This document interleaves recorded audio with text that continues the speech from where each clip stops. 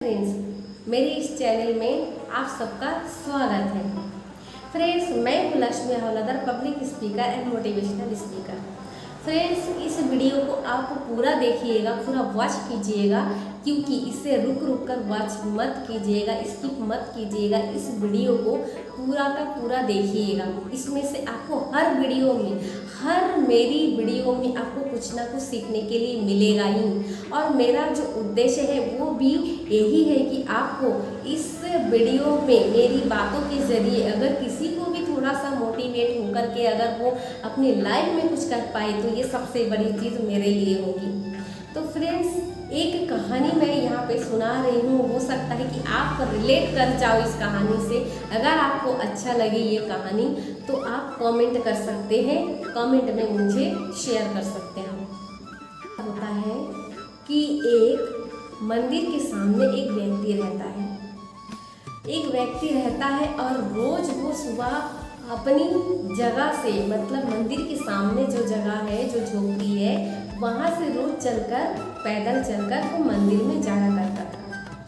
वो व्यक्ति रोज जाता रोज आता, ऐसे में रोड जो है वो साफ ही रहती। एक दिन उसको एक पत्थर मिला।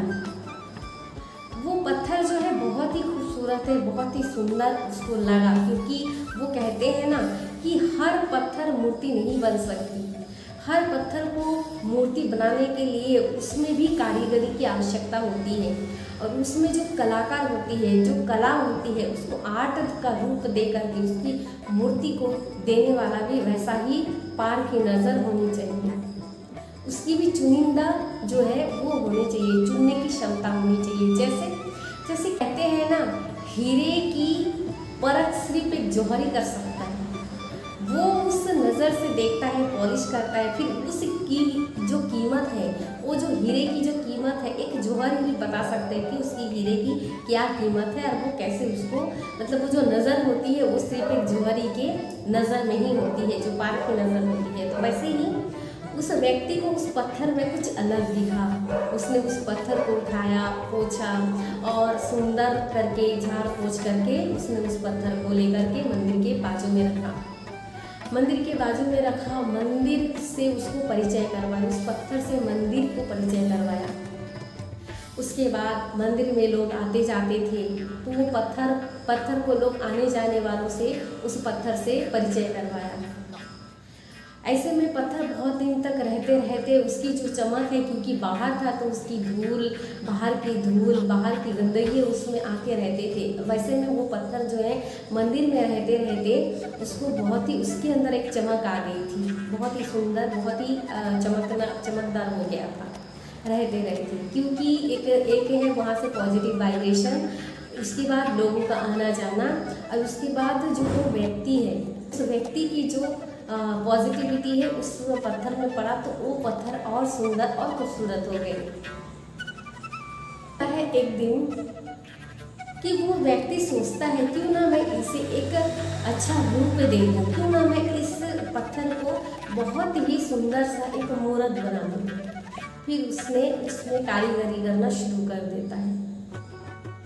उस पत्थर को एक सुंदर सा मूर्ति बना देता है, और अब वो इतनी खूबसूरत मूर्ति बन जाता है कि उसे भगवान के बाजू में लेकर बैठा देते हैं और मस्त करके उसे सजा देते हैं, उसके बाजू में रख देते हैं।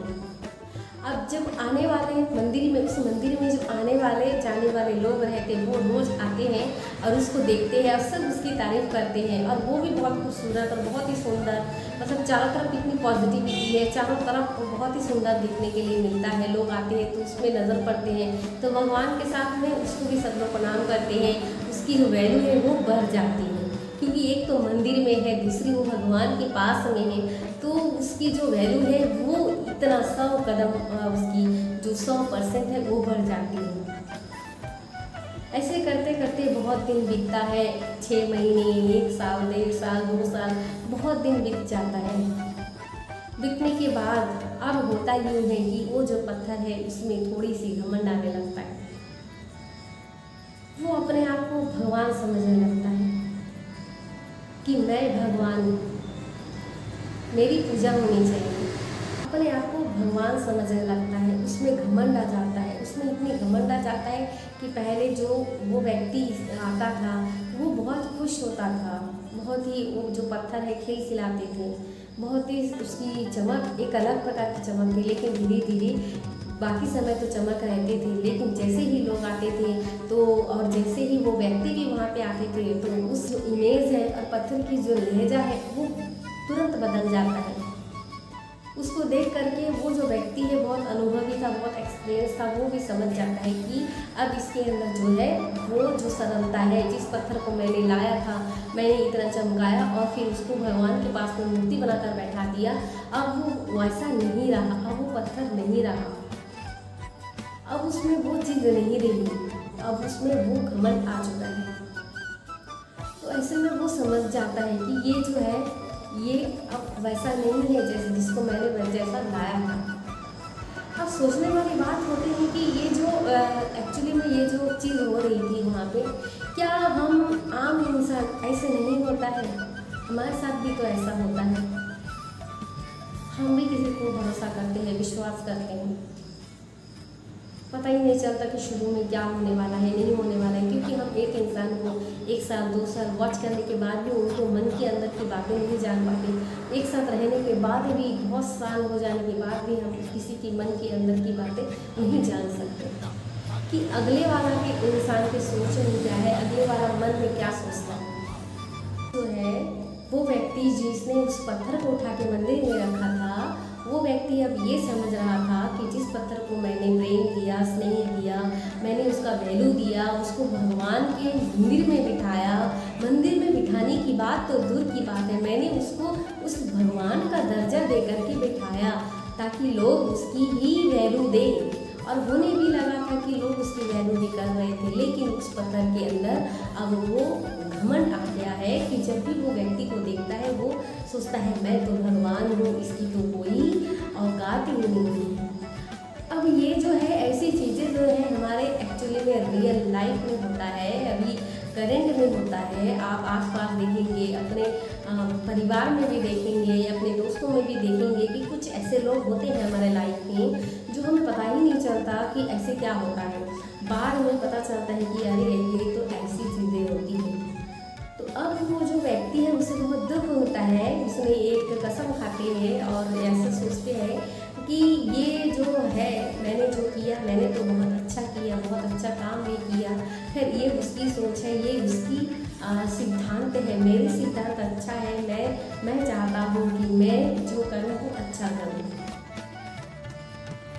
मेरी इरादा जो है वो बहुत नेक है, वो बहुत साफ है, उसकी क्या है वो जाने, मेरा क्या है मैं जानूँ। वैसे में वो वहाँ पे उस मंदिर में जाना फिर छोड़ देता है और वो सोचता है कि कभी भी और ऐसे कोई काम जो है ना करे। तो फ्रेंड्स, हमारे साथ भी हमारे रियल लाइफ, हमारी जो कर्म है, हमारी जो बातें हैं, हम समाज में रहते हैं, लोगों के साथ में रहते हैं, लोग कहते हैं कि हम तो अकेले रहेंगे। मैं भी कभी कभार कहती हूँ कि मैं अकेले सब कुछ कर सकती हूँ, लेकिन ऐसा एक्चुअली में है नहीं। ये दुनिया अगर बनी है तो लोग एक दूसरे के साथ में कोई ना कोई कनेक्शन है। अब हम बचपन से ही पढ़ते आए हैं कि भाई एक जूता वाला जो है, अगर वो जूता नहीं बनाते तो लोगों को जूता कैसे पहनते, भाई उसके साथ ये कनेक्शन है। अगर लोग लोहे नहीं बनाते तो हमें लोहे की चीज़ कैसे मिलती है, अगर लोग कपड़ा बनाना बंद कर देते वो नहीं मिलता, तो हमें मतलब हर लोगों के साथ एक नेटवर्क होता है, एक जाल होती है और हम उस जाल में एक दूसरे के साथ में कनेक्ट रहते हैं। तो कभी भी एक अकेला इंसान तो हो ही नहीं सकता। अगर हम रहेंगे समाज में तो हम किसी के ना किसी के थ्रू, किसी के ना किसी के संपर्क में आते ही हैं और किसी के हमारा एक दूसरे के साथ में बन करके ही ये समाज जो है बनता है। ऐसे में उतार चढ़ाव, अच्छे बुरे लोग मिलते रहेंगे तो इसमें हमें दुखी होने की ज़रूरत नहीं है। सब अपना अपना कर्म देखते हैं, जो जैसा कर्म करता है वो ऐसा आगे बढ़ता ही है। अपने कर्म के अनुसार अपना जीवन भी वैसा ही बनता है। तो अच्छा सोचिए, अच्छा कर्म कीजिए और हमेशा लोगों की हेल्प करते रहिए, चाहे वो क्यों ना एक छोटी सी चीज़ों से ही हेल्प हो। हो सकता है कि हम पैसों से लोगों को हेल्प नहीं कर सकते, लेकिन अपने बातों के जरिए तो कर सकते हैं। किसी को पॉजिटिविटी दे करके भी हम अपने लोगों को हेल्प कर सकते हैं। वो सब होता है ना, हमारे आसपास में कोई ऐसे नेगेटिविटी भी लोग होते हैं जो हमेशा ही कुछ ना कुछ, हम अच्छे भी कर रहे होते हैं तो भी वो बुरा ही नज़र आता है, उसे कुछ अच्छा ही नहीं लगता। होते हैं ऐसे लोग। तो अगर पॉजिटिविटी से किसी का अगर हिम्मत भी बढ़ाए ना, किसी को अगर आत्मबल भी दिए, किसी को विश्वास भी दिए कि नहीं तू कर सकता है, तू ये है, तो उसको बहुत बड़ी हिम्मत मिलती है।